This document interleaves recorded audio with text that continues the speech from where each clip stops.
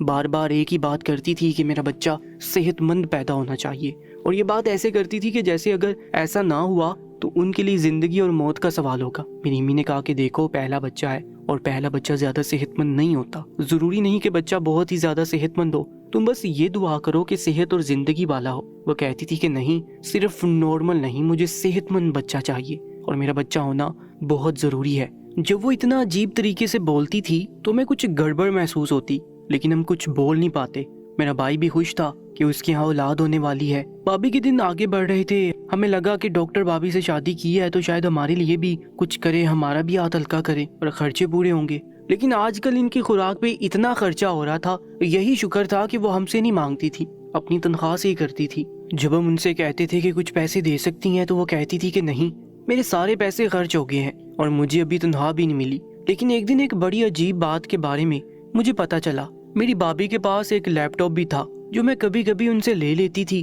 میں اسی پر بیٹھی ہوئی فلم دیکھ رہی تھی جب میں نے ان کی ایک ای میل دیکھ لی۔ ای میل میں لکھا تھا کہ ہم نے تمہارے اکاؤنٹ میں پیسے بھیج دیے ہیں، اور انہوں نے جواب دیا ہوا تھا کہ چلو شکر ہے، میری تنخواہ بچ جائے گی۔ یہ کون تھا جس نے بھابھی کو اتنے سارے پیسے بھیجے تھے اور ان کی تنخواہ تو وہیں کی وہیں پڑی تھی؟ پھر وہ ہم سے جھوٹ کیوں بولتی تھی؟ ان کو بلا جھوٹ بولنے کی کیا ضرورت تھی؟ میں زیادہ نہیں دیکھ پائی، مجھے اتنی سمجھ بھی نہیں آتی تھی، پر یہ ای میل کسی ملک کے باہر سے آیا ہوا تھا۔ سوچا کہ یہ بات امی کو بتاتی ہوں، لیکن ان کو بتانے کا کوئی فائدہ نہیں تھا، ان کو سمجھ نہیں آنی تھی، اور بھائی کو بتاتی تو گھر میں فساد بن جاتا، اسی لیے خاموش ہو گئی۔ پر اتنا پتہ چل گیا تھا کہ بھابھی ہم سے جھوٹ بھی بولتی تھی، باتیں بھی چھپاتی تھی، اور وہ ضرور کچھ ایسا کر رہی تھی جو بہت ہی غلط تھا، تبھی ان کو اتنے سارے جھوٹ بولنے پڑ رہے تھے۔ یہ سب وہ اپنی تنخواہ بچانے کے لیے نہیں کر رہی تھی، بلکہ معاملہ کچھ اور ہی تھا۔ خیر، بھابھی کو ایک دن اچانک سے ہی درد شروع ہو گیا۔ اب ہمارے گھر میں پہلی دفعہ بچہ ہو رہا تھا، ہم ان لوگوں میں سے نہیں تھے جو پرواہ نہ کرتے۔ ہم نے کہا کہ ہم ساتھ چلتے ہیں، لیکن بھابھی نے انکار کر دیا۔ انہوں نے کہا کہ میں خود ڈاکٹر ہوں، میں سب کچھ سنبھال لوں گی، میرے ساتھی میرا ساتھ دیں گے۔ میری امی نے کہا کہ وہ سب تو پرائے ہیں، اپنوں کی ضرورت رہتی ہی ہے، ہم بھی ساتھ چلیں گے۔ آخر ہمارے خاندان کا بچہ ہے تو بھابھی نے اس بات کا کوئی جواب نہیں دیا۔ انہوں نے کہا کہ آپ کے خاندان کا بچہ نہیں، میرا بچہ ہے۔ امی نے کہا کہ ایک ہی بات ہے، لیکن وہ نہیں مانی اور ہم میں سے کسی کو بھی ساتھ لے کر نہیں گئی۔ میرا بھائی گھر پہ نہیں تھا، ہمیں لگا کہ شاید ان کو ساتھ لے گئی ہوں گی، لیکن جب وہ شام کو گھر آیا تو اس نے کہا کہ میری بیوی کہاں ہے؟ ہم نے بتایا کہ اس کے یہاں تو ولادت ہونے والی ہے، وہ تو خود ہی ہسپتال چلی گئی۔ تو اس بات پہ وہ بھی حیران رہ گیا اور فوراً ہسپتال کی طرف بھاگا۔ امی نے کہا کہ میں بھی ساتھ جاتی ہوں، لیکن ان کو نہیں لے کے گیا۔ واپس آیا تو کہنے لگا کہ مجھے تو میری بیوی ملی ہی نہیں، مجھے پتہ ہی نہیں تھا کہ وہ کہاں ہے، اور اس کا فون بھی بند ہے۔ میں نے جب کسی سے پوچھا تو انہوں نے بھی مجھے نہیں بتایا۔ وہ 2 گھنٹے کے بعد پھر سے واپس گیا تو پتہ چلا کہ بھابھی کمرے میں ہے، ولادت ہو چکی ہے اور ان کی طبیعت ٹھیک ہے۔ لیکن جب ہم لوگ کمرے میں پہنچے تو ایک عجیب بات پتہ چلی۔ ہم لوگ بچے کو دیکھنے کے لیے بےتاب تھے، وہ ہمارے خاندان کا بچہ تھا۔ سب سے زیادہ خوش تو میں تھی، لیکن جب کمرے میں گئے تو جھولا خالی تھا، بچہ وہاں پہ نہیں تھا۔ امی کا دل تو بیٹھ گیا، بھابھی کی شکل بھی عجیب سی بنی ہوئی تھی۔ امی نے کہا کہ کہاں ہے ہمارا پوتا؟ پوتا پیدا ہوا تھا یا پوتی؟ تو نرس نے کہا کہ بیٹا پیدا ہوا تھا۔ میں نے کہا پھر کہاں ہے؟ کہ اسے نرسری میں رکھا ہے، طبیعت خراب ہے اس کی۔ نرس نے کوئی جواب نہ دیا اور وہاں سے چلی گئی۔ بھابھی سے پوچھا تو بھابھی رونے لگی، وہ کہہ رہی تھی کہ میرا بچہ چوری ہو گیا، بچہ تو وہاں تھا ہی نہیں۔ یہ سن کے ہم سب حیران رہ گئے کہ چوری کیسے ہو گیا؟ تم تو اسی اسپتال میں کام کرتی ہو اور تم نے کہا تھا کہ یہاں پر سب تمہارے ساتھ ہے، پھر بچہ چوری کیسے ہو گیا؟ بھابھی نے الٹی بات کر دی۔ اس نے کہا کہ میں اکیلی تھی اور میں تو خود تکلیف میں تھی، مجھے کیا پتا تھا میں کیا کیا کرتی، میرے ساتھ کوئی نہ آیا۔ امی نے کہا کہ میں نے تو اسے کہا تھا کہ اکیلی مت جاؤ، یہ خود ہی چلی گئی۔ تو بھابھی کہنے لگی کہ اگر مجھے کہا ہوتا کہ میرے ساتھ آتے تو میں کیوں منع کرتی؟ انہوں نے تو سارا الزام ہم پہ لگا دیا، یہ تو بہت بڑا معاملہ ہو گیا، بچہ دنیا میں آیا اور چوری ہو گیا۔ امی نے رونا شروع کر دیا، لیکن بھابھی نے اپنے آنسو صاف کر لیے۔ میرا بھائی بھی عجیب سی حالت میں تھا، اس نے کہا کہ ہم پولیس میں رپورٹ کریں گے، ہم پتہ کریں گے، پر بھابھی نے کہا کہ کوئی فائدہ نہیں ہے، ہم یہ سب کچھ پہلے ہی کر چکے ہیں۔ میں یہ سن کے حیران تھی کہ اتنی سی دیر میں انہوں نے یہ سب کچھ کیسے کر لیا۔ بھابھی چپ کر کے بیٹھ گئی، تھوڑی دیر بعد کہنے لگی کہ میں نے نیند کی دوا لی ہوئی ہے، میں سو رہی ہوں، اور سو گئی۔ یہ معاملہ اسی طرح حل ہو گیا۔ بھابھی 3-4 دن کے بعد گھر آ گئی اور اب پھر سے کام پہ بھی جانا شروع ہو گئی۔ امی تو ابھی بھی پریشان تھی، انہوں نے کہا کہ گھر میں چھوٹی سی قرآن خوانی کرا لیتے ہیں۔ بچے کے لیے تو بھابھی نے منع کر دیا، انہوں نے کہا کہ اس کی کوئی ضرورت نہیں ہے، قرآن خوانی کرانے سے واپس نہیں آ جائے گا۔ ہمارے گھر میں یہ کیا ہو رہا تھا؟ عجیب سی عورت کو لے آئے تھے، ایسے کیسے کسی کا بچہ چوری ہو جاتا ہے اور پھر جس کا بچہ چوری ہوا ہو وہ رپورٹ بھی کرنے سے انکار کر دے کہ ہم نے تو رپورٹ بھی نہیں کرنی، اور خود ہی کہہ دے کہ تلاش بھی کر لیا لیکن ملا ہی نہیں، اور پھر اتنی جلدی نارمل ہو گئی۔ کہتے ہیں کہ جب کوئی بہت زیادہ دکھ میں ہوتا ہے تو اللہ اسے صبر دے دیتا ہے، لیکن بابی کو صبر کے ساتھ ساتھ شاید لاپرواہی بھی مل گئی تھی، انہیں کوئی پرواہ نہیں تھی۔ ہمیں تو اپنے بھائی کی حالت دیکھ کے افسوس ہوتا تھا، وہ بیچارہ مرد تھا، رو بھی نہیں سکتا تھا لیکن بہت پریشان تھا، اس کی شکل سے ہی ظاہر ہو رہا تھا۔ خیر کچھ ماہ اسی طرح گزر گئے اور پھر ہمارے گھر میں ایک اور طوفان آنے کی تیاری ہوگی۔ ایک دن میرا بھائی وضو کر رہا تھا جب پانی ختم ہو گیا، میں نے کہا کہ یہاں بالٹی میں تھوڑا پانی پڑا ہے، آپ اس سے وضو کر لیں، میں موٹر چلا دیتی ہوں۔ میں بھائی کو وضو کروا رہی تھی تو میں نے دیکھا اس کے بازو پہ زخموں کے نشان تھے، ایسا لگتا تھا کہ اس نے اپنے آپ کو خود مارا تھا، اور ظاہر ہے کہ اس نے یہ سب کچھ لڑائی جھگڑے میں آ کر ہی کیا ہوگا، اپنا غصہ نکالنے کا ایک طریقہ اپنایا ہوگا۔ یعنی وہ بھابھی سے اتنی محبت کرتا تھا، لیکن میں اس بات پہ حیران تھی کہ کیا ارینج میرج میں اتنی محبت ہوتی ہے۔ لیکن یہ بھی تو سچ تھا کہ بھابھی اپنی جگہ بہت خوبصورت تھی اور قابل بھی۔ میرا بھائی تو اس پہ مر مٹا تھا، جذباتی ہو گیا، وہ میرے بھائی کے جذبات کے ساتھ کھیل رہی تھی، وہ پہلے جیسا نہیں رہا تھا، اس کی تو شکل ہی بدل گئی تھی۔ شادی کے 1 سال کے اندر ہی ایسا لگنے لگا تھا کہ جیسے اس کی شادی کو 10 سال ہو گئے ہیں۔ مجھے صرف اپنے بھائی کی فکر تھی، میری بھابھی کے ہاں پھر سے اولاد ہونے والی تھی، یہ شکر ہے کہ وہ ان عورتوں میں سے نہیں تھی جس نے کہا کہ میں جلدی جلدی دوسری اولاد نہیں پیدا کرنا چاہتی۔ 4 ساڑھے 4 مہینے گزرے تھے کہ وہ پھر سے حاملہ ہو گئی، ہم لوگ بھی خوش ہو گئے۔ اس دفعہ امی نے پہلے سے ہی بہت ساری دعائیں کروائیں، بھابھی کی نظر اتاری اور ہر طرح سے اس کو خوش رکھنے کی کوشش کی تاکہ کوئی بدمزگی نہ ہو، کوئی مسئلہ نہ بنے۔ صدقہ خیرات بھی بہت کیا، لیکن بھائی اور بھابھی کے جھگڑے ابھی بھی عروج پر تھے۔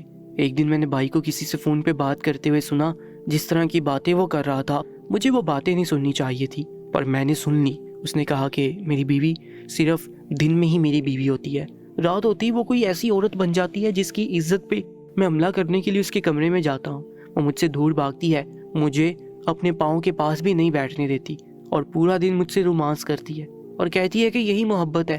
بھلا یہ کس قسم کی محبت ہے؟ میں تو ایسی زندگی گزار رہا ہوں جیسے کوئی پردیسی زندگی گزارتا ہے جس کو سال میں 10-20 دن ہی اپنی بیوی کے ساتھ ملتے ہیں، باقی تو وہ اپنی بیوی سے دور ہی رہتا ہے۔ اس کا دوست شاید ہنس رہا تھا تو میرے بھائی نے کہا کہ ہنسو مت، مجھ پر میرے ساتھ بہت برا ہو رہا ہے۔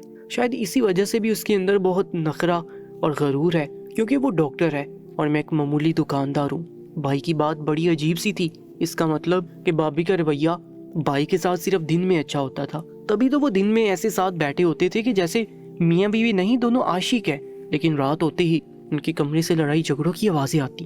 بھائی اپنے دوست سے یہ بھی کہنے لگا کہ بچے والی بات سے میں ابھی بھی مطمئن نہیں ہوں، ایسے کیسے کسی کا بچہ چوری ہوتا ہے، مجھے ابھی بھی شک ہے اور میں اپنا شک دور کرنے کے لیے کچھ بھی کرنے کو تیار ہوں۔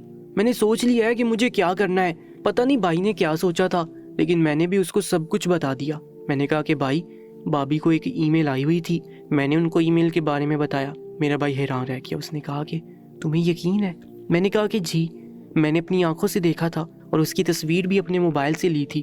میں نے بھائی کو دکھائی تو بھائی اور بھی زیادہ پریشان نظر آنے لگا۔ اس نے کہا کہ میرا ایک پلان ہے، بس تمہیں بھی میرا ساتھ دینا ہوگا۔ میں نے کہا کہ ٹھیک ہے۔ بھابھی کے دن گزر رہے تھے اور اب آخری دن آنے والے تھے، اس دفعہ پھر سے انہوں نے وہی حرکت کی۔ میرے بھائی نے مجھے کہا تھا کہ اگر تمہاری بھابھی پھر سے تم لوگوں کو ساتھ لے جانے سے انکار کرے تو تم اس کی ویڈیو ضرور بنا لینا۔ اس دفعہ پھر سے وہ امی کو ساتھ لے جانے کو تیار نہیں تھی، شاید اس بار اسے پہلے سے ہی پتا تھا کہ اس کے ساتھ کیا ہونے والا ہے، اس لیے وہ پوری تیاری کر کے پہلے ہی چلی گئی، جبکہ پہلے تو اس کو درد شروع ہوئی تھی تو وہ گئی تھی۔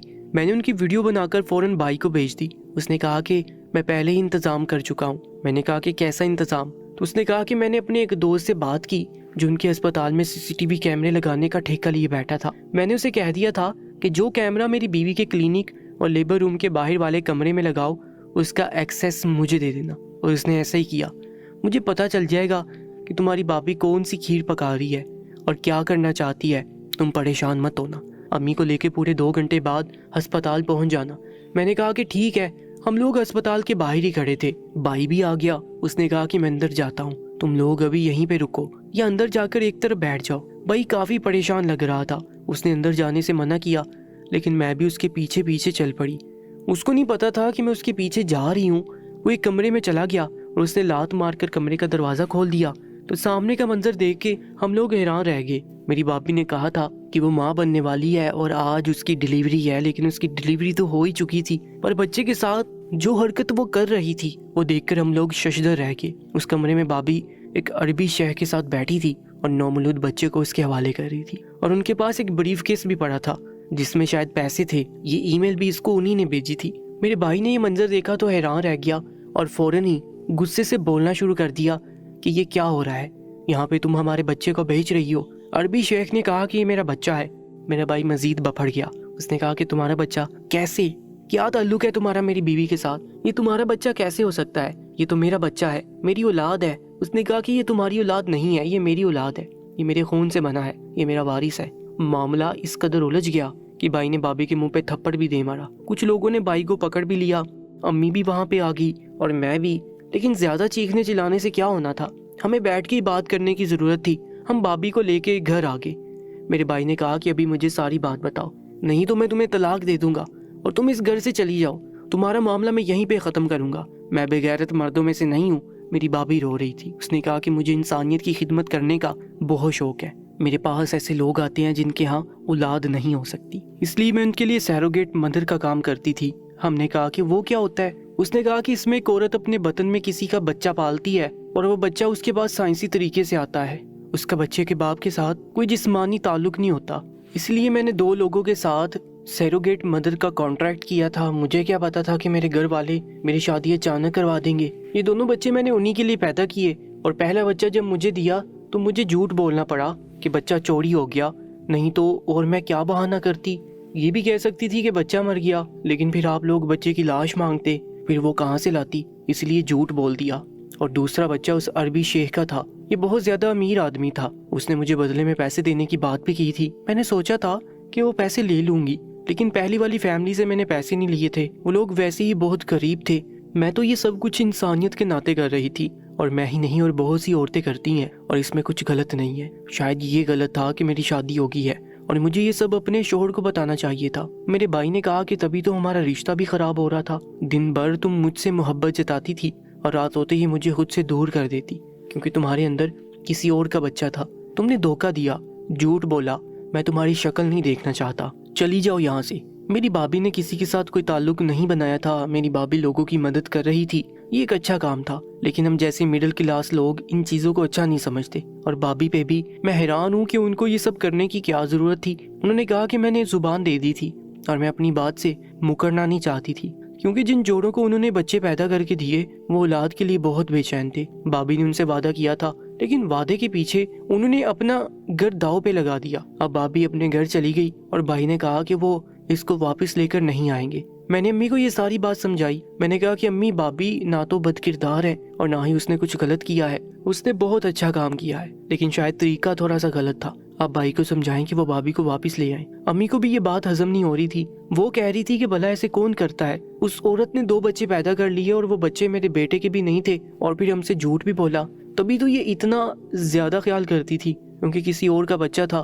کہتی تھی کہ بچہ صحت مند ہونا چاہیے، اور جب میں نے اس کو کہا تھا کہ ہمارے خاندان کا بچہ ہے تو اس نے کہا تھا کہ نہیں، یہ تو میرا بچہ ہے۔ اب مجھے سمجھ آئی کہ یہ ایسی باتیں کیوں کرتی تھی۔ میں نے امی کو بڑی مشکل سے سمجھایا، بالآخر امی مان گئی۔ پھر انہوں نے بھائی کو بھی سمجھایا۔ انہی دنوں بھائی کی ایک لاٹری بھی نکل آئی۔ بھائی کو لاٹری کھیلنے کا بڑا شوق تھا۔ میں نے بھائی کو کہا کہ آپ کی بیوی کے نصیب سے یہ سب کچھ ہوا ہے، چونکہ اس نے کسی کے ساتھ بھلا کیا ہے، ورنہ اتنے سالوں سے آپ کی لاٹری کیوں نہ نکلی۔ میں نے عورتوں میں سے نہیں تھی جو اپنے ہی بھائی کا گھر برباد کرنے کی کوشش کرتی۔ میں نے بڑی مشکل سے اپنے بھائی کا گھر بچا لیا۔ وہ بابی کو منا کر واپس لے آئے اور اب وہ ہمارے ساتھ ہی رہتی ہیں، لیکن بھائی نے کہا ہے کہ انسانیت میں اتنی بھی آگے نہ نکل جاؤ کہ اپنے گھر کو ہی برباد کر لو۔ بابی نے کہا ہے کہ دوبارہ ایسا کبھی نہیں ہوگا۔ اس بات کو 1.5 سال گزر گیا اور بابی کے ہاں بچہ ہونے والا ہے، جو کہ میرے بھائی کا ہے، اور اب بابی نے کوئی ایسی ویسی حرکت نہیں کی۔ انہوں نے ہمیں اس بچے پہ سارے حق بھی دیے، نام رکھنے کا حق دیا، گٹھی لگانے کا، اور بچہ بھی امی کے پاس ہی ہوتا ہے۔ بابی ایک بہت اچھی بابی ثابت ہوئی ہے، وہ بری عورت نہیں ہے۔ جو انسان برا نہیں ہوتا وہ رشتوں میں بھی اچھا ہی ہوتا ہے۔ اللہ ہم سب کو ہمیشہ خوش رکھے۔ کامنٹ سیکشن میں آمین لکھ کر اس ویڈیو کو زیادہ سے زیادہ شیئر کیجیے گا، اور مزید ایسی ہی سچی کہانی اور واقعات کے لیے ہمارے یوٹیوب چینل کو سبسکرائب کر لیجیے گا۔ انشاءاللہ ملاقات ہوگی ایک نئی ویڈیو میں، تب تک کے لیے اللہ نگہبان۔